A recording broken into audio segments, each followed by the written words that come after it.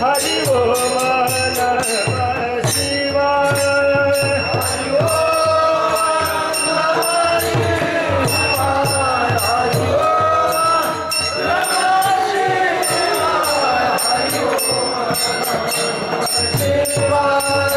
हरि ओम नमः शिवाय हरि ओम नमः शिवाय हरि ओम नमः शिवाय हरि ओम नमः शिवाय हरि ओम नमः शिवाय हरि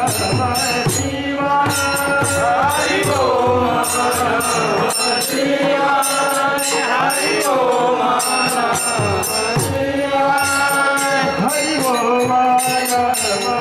शिवाय हरि ओम नमः शिवाय हरि ओम नमः शिवाय हरि ओम नमः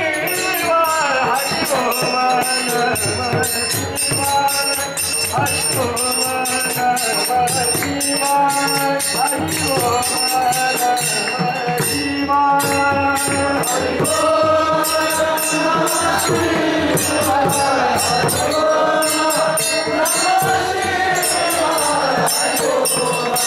नमः शिवाय हरि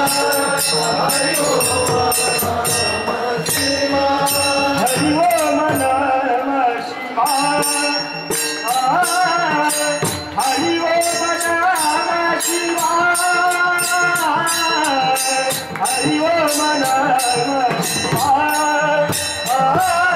नमः शिवाय हरि ओम हरि ओम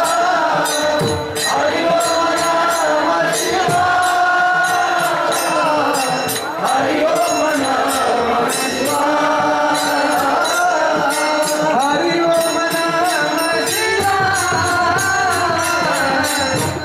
नमः शिवाय हरि ओम नमः शिवाय हरि ओम नमः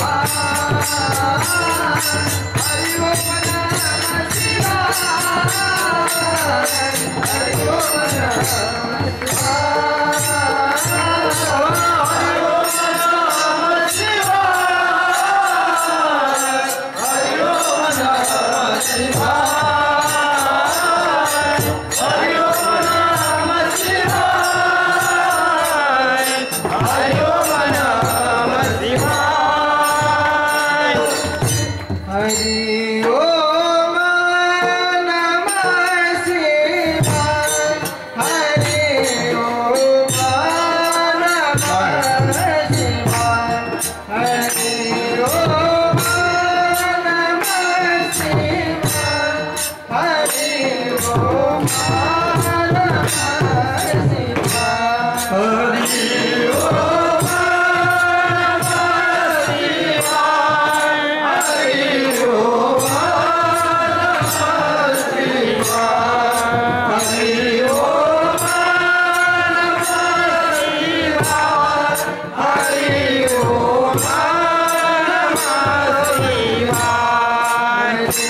Oh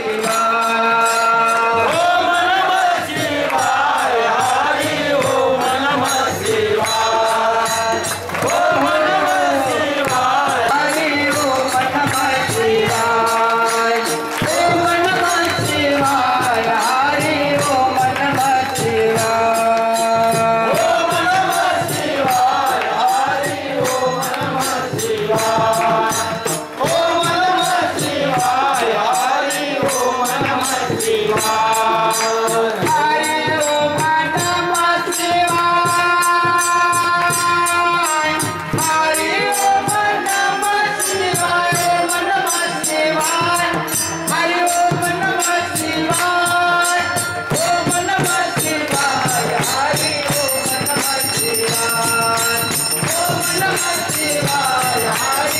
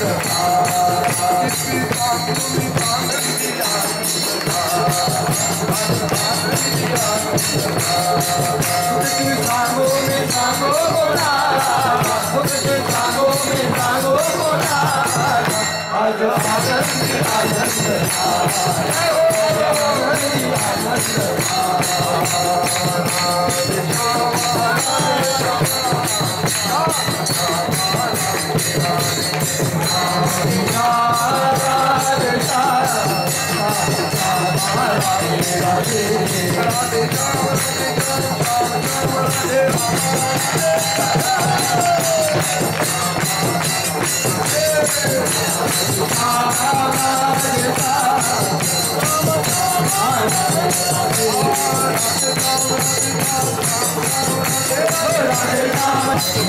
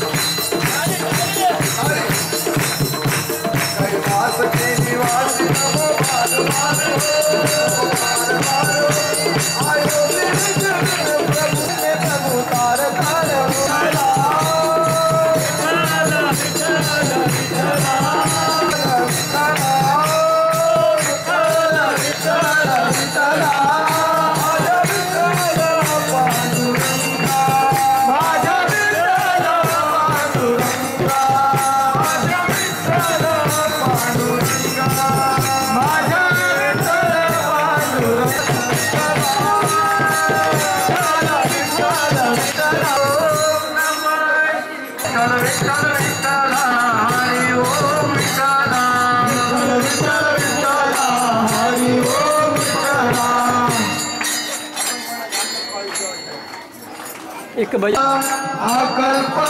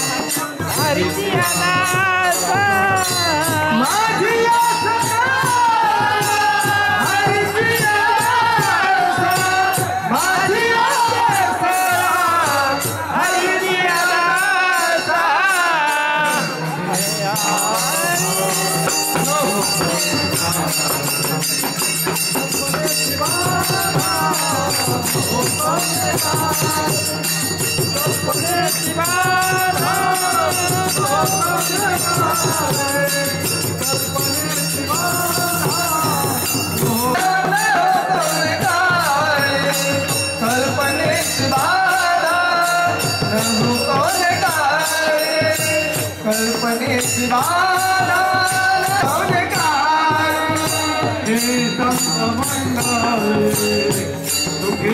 the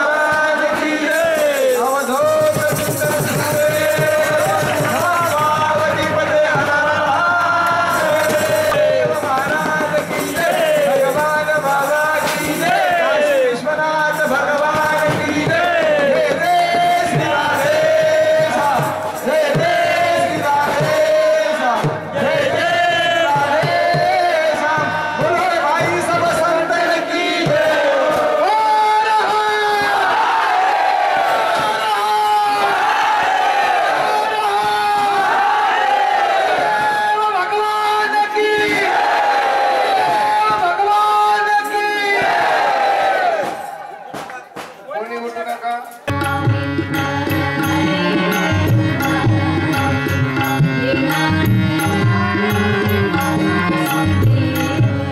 श्री कृष्ण गोविंद हरे मुरारी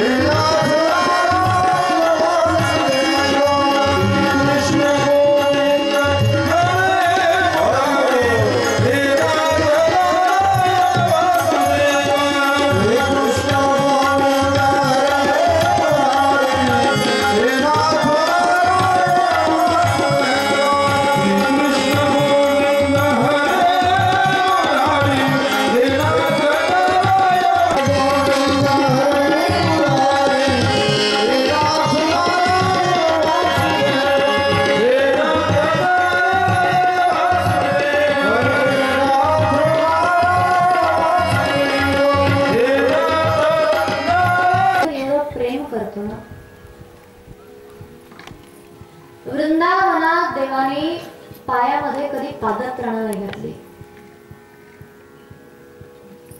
व्रजभूमीमध्ये परमात्मा अनवाणी चालताय. त्याचं कारण असं आहे, देवाने एक दिवस यशोदा मातेला विचारलं. प्रभू निघाले गायींच्या मागे आणि आईसाहेब म्हणतात, लाला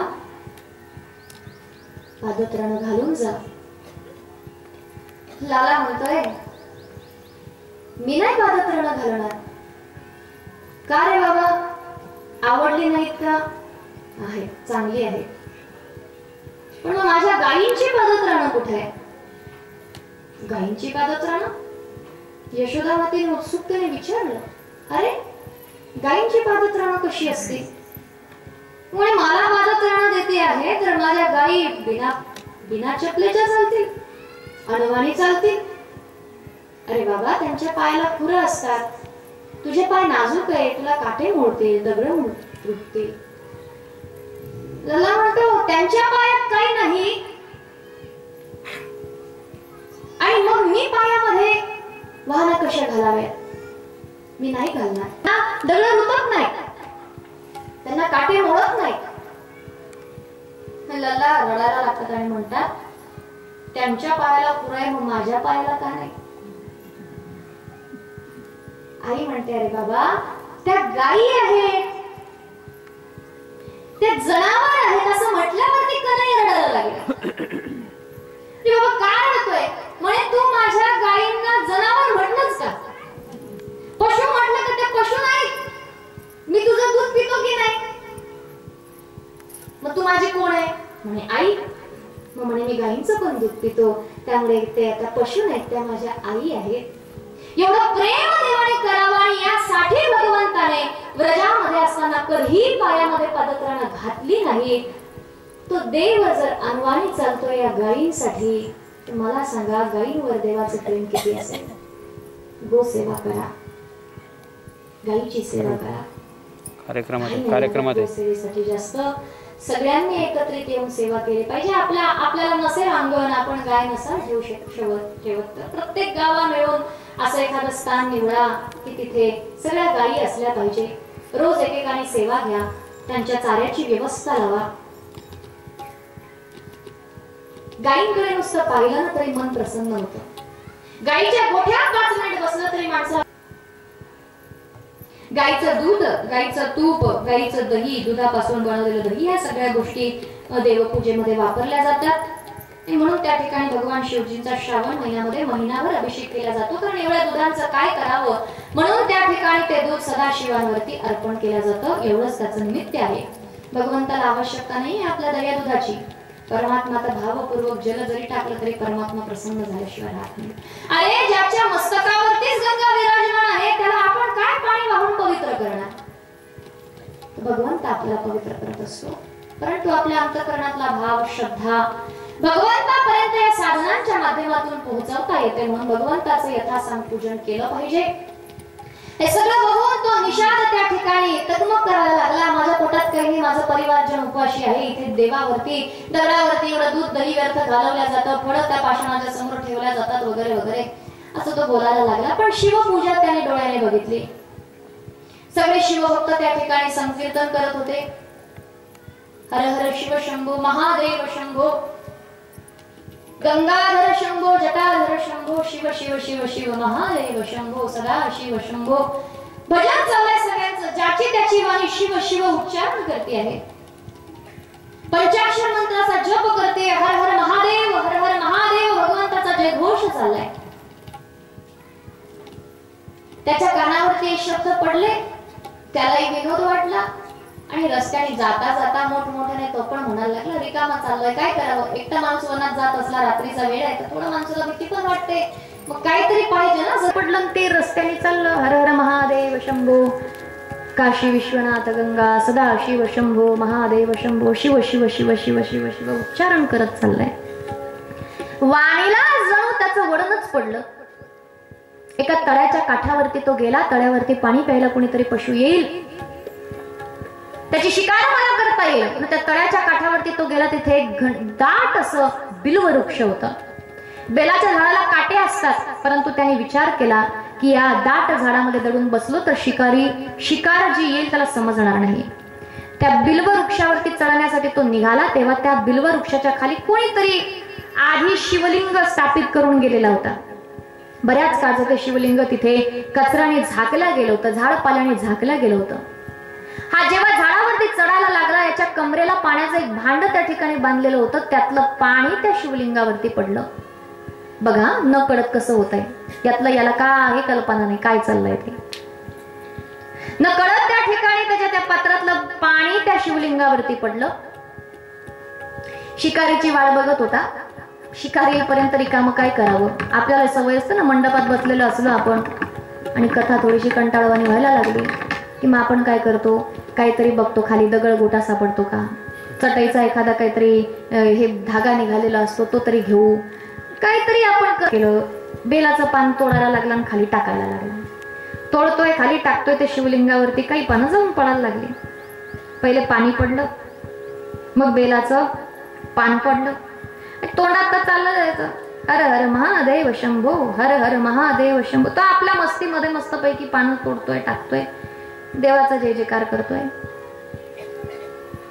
काही माहिती नाही की आपण काय महासाधन करत चाललोय. आज शिवरात्रीचा पर्व काल आहे, रात्रीच्या प्रहराच्या पूजा होत आहे, काही याची कल्पना नाही त्याला. मणी मानसिक काही नाही. खऱ्या अर्थाने असा परमार्थ जेव्हा काही माहिती नसताना नकळत आपल्याकडनं असं काहीतरी साधन घडतं, परमात्मा त्या साधनाचा मोठ्या आदराने स्वीकार करत असतो. प्रसन्न होतो ईश्वर. अपेक्षा नाही, कामना नाही, काय करतो ते माहिती नाही.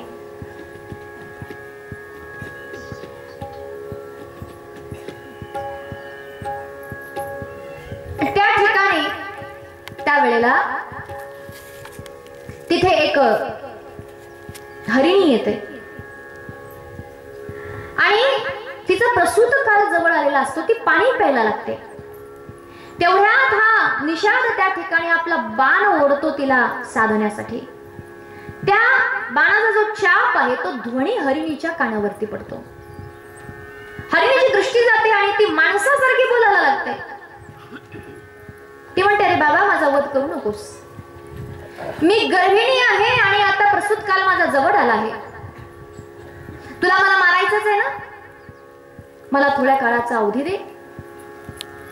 मी त्या ठिकाणी माझ्या कळपामध्ये जाऊन त्या ठिकाणी माझ्या पिल्लाला जन्म देते आणि शपथ आहे मला, मी पिल्लाला जन्म देऊन पुन्हा या ठिकाणी येईल. तू माझा मग खुशाल माझी हत्या कर. तो निषादराज म्हणतोय, अगं माणसासारखी बोलतीयस तू. तुझ्यावर भरोसा कसा ठेवावा? प्रत्येक प्राणी आपल्या आत्मरक्षणासाठी खोटं बोलत असतो. तिने सांगितलं, बाबा तुला माझ्यावर भरोसा नाही ना? अनेक प्रकारची पातकं तिने वदवून दाखवली. जर मी माझा शब्द पूर्ण नाही केला तरी सगळी पातकं माझ्या मस्तकी बसोत, जी दारुण नरकवास देणारी आहे. ती सगळी पातकं माझ्या मस्तकी बसो. हे सगळं ऐकून तो हपचक झाला. लक्षात ठेवा, संपर्क झालाय त्याचा ईश्वरी साधनाच्या सोबत. न कळत का होईना, पण वाणी भगवंताचं भजन करतीये, शिवपूजा विलोकन केली आहे. त्याचं फळ असं झालं, अंतःकरणामध्ये मनुष्यता जागृत झाली. करुणेचा उदय व्हायला लागलं. त्यालाही आश्चर्य वाटायला लागलं, अरे माणसाला मी माणूस असून मला जे ज्ञान नाही ते हरिणीला ज्ञान आहे. इतकी गोड गोड बोलतीये. ठीक आहे म्हणे, जा, दिला तुला वेळ. ती हरिणी गेली. ती म्हणते, बाबा उपकार झाले तुझे, देव तुझ्यावर कृपा करू. तो हसायला लागला. तो म्हणतो, दिवसभराचं पोटामध्ये काही नाही, काय देव माझ्यावरती कृपा करणार? आता त्याला नाही माहिती देवाने काय कृपा केली आहे त्याच्यावर, काय कृपा करणं चालली आहे ती. ती हरिणी गेली. हे पुन्हा त्या ठिकाणी वेड्यासारखं पानं खुडून टाकायला लागलं खाली. दुसऱ्या हरिणाला पुन्हा त्या हरिणाने त्याच प्रकारे वार्ता केली आणि सांगितलं, माझ्या बायका घरी आहेत बाबा, जाऊन त्यांना फक्त सांगून येतो, त्यांच्या कानावरती विषय टाकतो आणि येतो परत. आता या सगळ्या गोष्टी आश्चर्यासारख्या वाटतात आपल्याला. पुराणांमध्ये थोडा अतिवपणा दिलेला असतो याकरिता की माणसांना दृष्टांताच्या माध्यमातून सिद्धांतापर्यंत पोहोचता यावं. त्याने पण त्या ठिकाणी शपथ बदला, नाही आलो तर ही सगळी पातकं माझ्या मस्तकी. आता हा जसं जसं शिवनामाचा उच्चार करतोय, बिलाचं अर्चन करतोय, तशी तशी याची पातकं घडत चालली आहे. त्यामुळे तशी तशी अंतःकरणामध्ये दया निर्माण व्हायला लागली आहे. कशावरून समजावं आपलं अंतःकरण निर्मल होत चाललंय? कशावरून समजावं आपण पवित्र होत चाललोय, आपण पुनीत होत चाललोय, आपली साधना व्यवस्थित होत चालली आहे? ही सगळी प्रमाण आहे. दया, करुणा, प्रेम, श्रद्धा, विश्वास, साधू संतांच्या विषयी आदर, भगवंतावरती निष्ठा वाढणं, भगवत सेवा करण्याची, जनसेवा करण्याची इच्छा, हे सगळं काय आहे? हे सगळे दैवी गुण आहेत. आणि सगळे दैवी गुण आपल्यामध्ये विकसित व्हायला लागतात. तेव्हा समजून चालावं आपली साधना व्यवस्थित चालली आहे. आपलं अंतःकरणातलं पाप या ठिकाणी जात आहे, अंतःकरणातला मळ या ठिकाणी स्वच्छ होतो आहे. अंतःकरण शुद्धीचे प्रतीक समजलं पाहिजे. तो हरिण गेला. नंतर त्या ठिकाणी तिसरी हरिणी आली. ती सांगायला लागली, माझे पाळसं घरी आहेत, त्यांना दूध पाजून येते. तो म्हणला, बाई तू वत काहीतरी, ऐकूच दे मला आता तुम्हाला काय काय येतं ते. तिने शपथ बदली, ती पण निघून गेली. नंतर आणखी एक मुलगी आली. ती सांगायला लागली, बाबा माझ्या पतीचा आदेश घेऊन येते. तो म्हणा, हा तू पण सांग काहीतरी. तिने शपथ बदली. सगळेच्या सगळे गेले. सकाळी सूर्योदय होणार. चारी प्रहराच्या यथा सांग पूजा याच्याकडनं देवाने करवून घेतल्या. तो मृग त्या तिने मृगी आणि त्यांची पाडस सगळीच्या सगळी दिलेल्या शब्दानुसार त्या निषाद राजाचा समोर येऊन उभी राहिली. सगळी म्हणतात बाबा आम्ही दिलेल्या वचनानुसार तुझ्या समोर उभा आहे बरं, आता तू खुशाल आमची हत्या कर. तेवढ्यात बघा तर तुम्हाला आश्चर्य वाटेल, प्राणी येथे माणसासारखी कशी वागतात. याचं कारण असं आहे की हे सर्वजण शापित आहेत.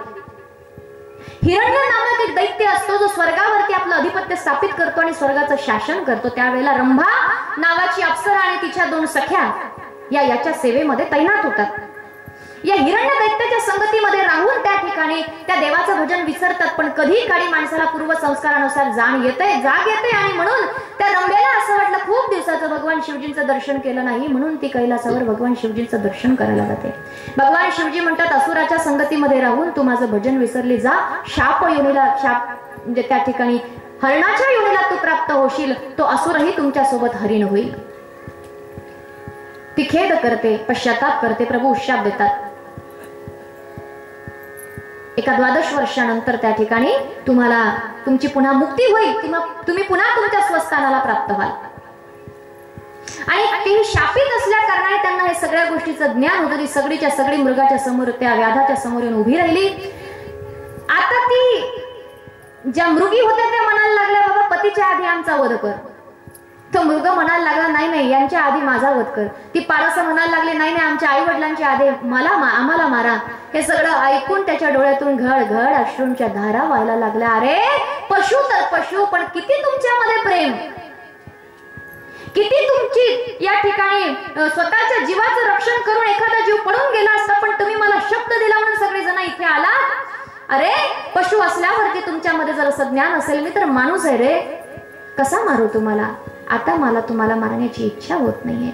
रणाला आपल्या पूर्व कर्माचा पश्चाताप झाला. खरं सांगू का माय बापांनो, पश्चाताप झाला ना तेच प्रायश्चित्त आहे.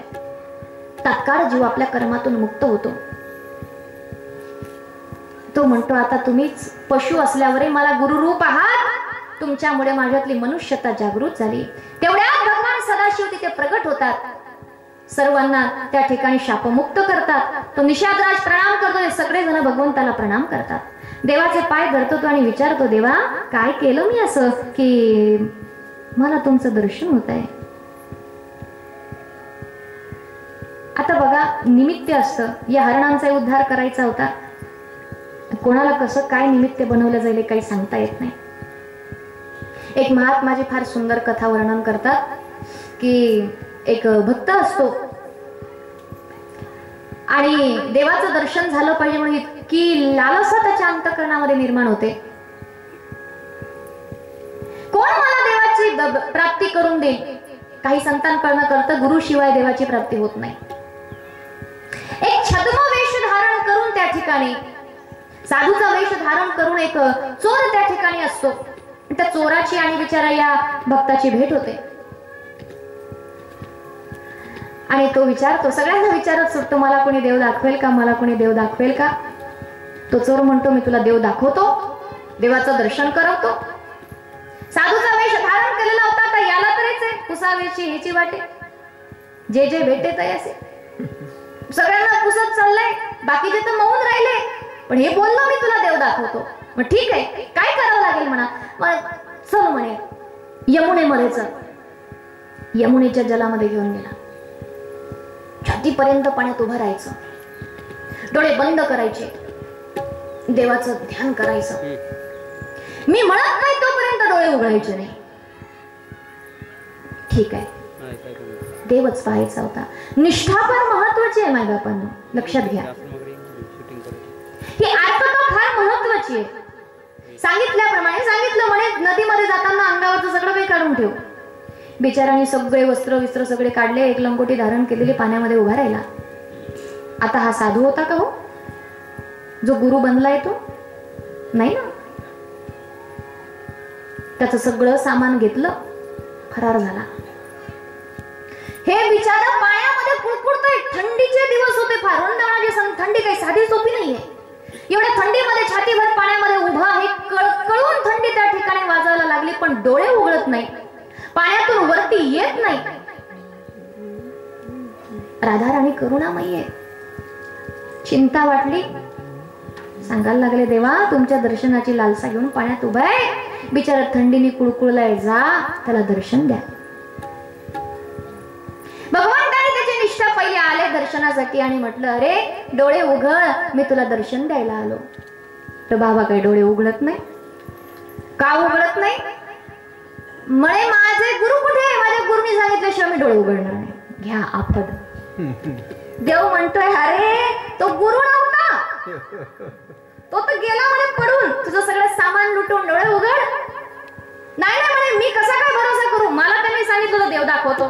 देव कसा आहे त्यांना माहितीये, त्यांनी आज्ञा केली, मी म्हणत नाही तोपर्यंत डोळे उघडायचं नाही. मला काय माहिती खरंच तो देव आहे का नाही? तू जर चोर असला तर? देव म्हणतो, कमाल आहे, चोरावरती विश्वास, देवाला चोर म्हणतोय. अरे बाबा असं नाही, मी देवाच आहे. डोळे उघड. नाही उघडणार गुरु आज्ञा झाल्याशिवाय, कारण मला त्यांच्यामुळे तू भेटला. नाही उघडणार. सांगितलं तो चोर आहे म्हणे, तू आता मला पक्क कळलंय की तू देव नाहीयेस. तू देव असता तर गुरुची निंदा केली नसती. अरे नाही रे बाबा, तो खरंच चोर होता, तो देव नाही. तो तुझा गुरु नाही की कोणी साधू नाही की कोणी भक्त नाही, त्याचा रोजचा धंदा आहे. मग तो म्हणे चोरही असला तरी चालेल, पण तू आला का बरं मला सांग. इतके दिवस झाले तुला शोधून राहिलो, दिसला का मला? नाही ना. पण त्यांनी सांगितलं, चोर काय असे ना, पण त्यांनी सांगितलं यमुनेत डोळे बंद करून उभा राहा. तर तू आला की नाही इथे? मग तू कोणामुळे पावला? त्याच्यामुळे पावला. त्याचा आदेश झाल्याशिवाय मी डोळे उघडणार. देवाने डोक्याला हात लावला, म्हणे आता याला मी थंडीतून बाहेर काढायला आलो, पण आता याला जर माझं दर्शन करावायचं असेल तर मला पहिले त्या चोराला जाऊन जांभळून आणावं लागेल. देव गेला आणि भगवंतानी त्या चोराला जांभळून आणला. उठ रे म्हणे, चल रे बाबा, तो पाण्यात कुळकुळतोय, सांग त्याला डोळे उघडून. आता याला आवाज ऐकू येतोय पण रूप तर काही दिसत नाहीये. पण त्याच्या डोळ्यात पाणी आलं, विचार करायला लागला, लेकाचा आपण चोर होतो, पण त्यांनी आपल्या म्हटल्याने ऐकलं, त्याच्यासाठी देव आला. त्याच्यासाठी का होईना देवाचे शब्द आपल्या कानावरती पडले. उठला, देवाच्या सोबत आला, त्याने हाक मारली, बाबा डोळे उघड. डोळे उघडले आणि पाहतो तो समोर देव समोर आहे, पण याने पहिले त्या चोराचे पाय पकडले. बरं, त्या चोराला फार दारुण पश्चाताप झाला. देवाचं दर्शन केलं, विचारलं काय पाहिजे.